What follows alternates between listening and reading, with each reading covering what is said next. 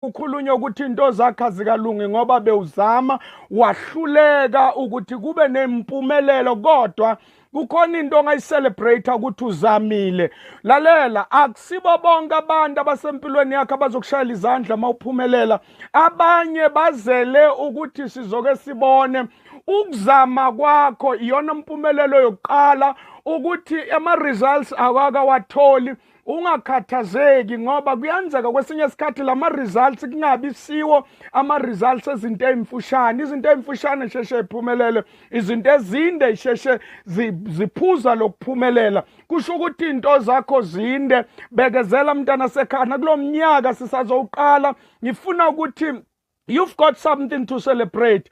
Ukhulisa abantwana kanzima, you can celebrate for that.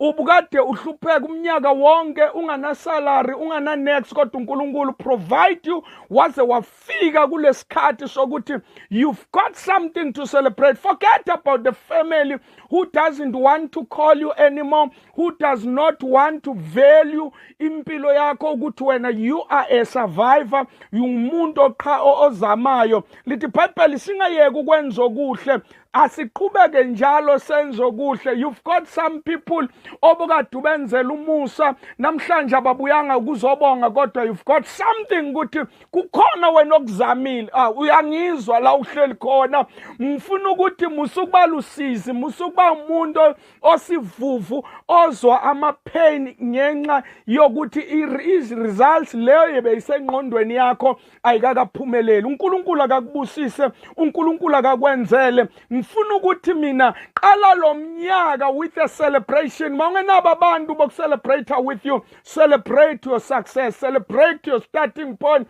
celebrate ukuthi kukhona okuqalile. Kukhona izinto engiyiqalile kodwa zikakafiki la mina bengifuna ukuthi zifike khona.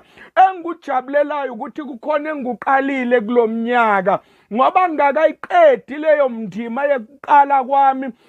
Kufanele nakulo munye umnyaka ngiphinde ngiqhubeke la ngigcine khona, ngize ngithole lento engifunayo. Akusibona bonke abantu abacabanga ukuthi ufunani, abanye abantu bacabanga ukuthi bona bafunani, kanti akusimpilo yabo, impilo yakho. Ngizothi mina you've got something to celebrate nakulo Khisimusi.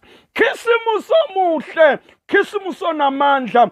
uNkulunkulu akakubusise, uNkulunkulu akazali izinto ezintsha. Yilanga lokuzalwa komntwana uJesu, akuzaleki izinto ezintsha empilweni yakho. Uma ngabe bese ikhulelwe zizozalwa, laba abangazali kusho ukuthi bekungakakhulelwa. Ayilinda ke isikhathi.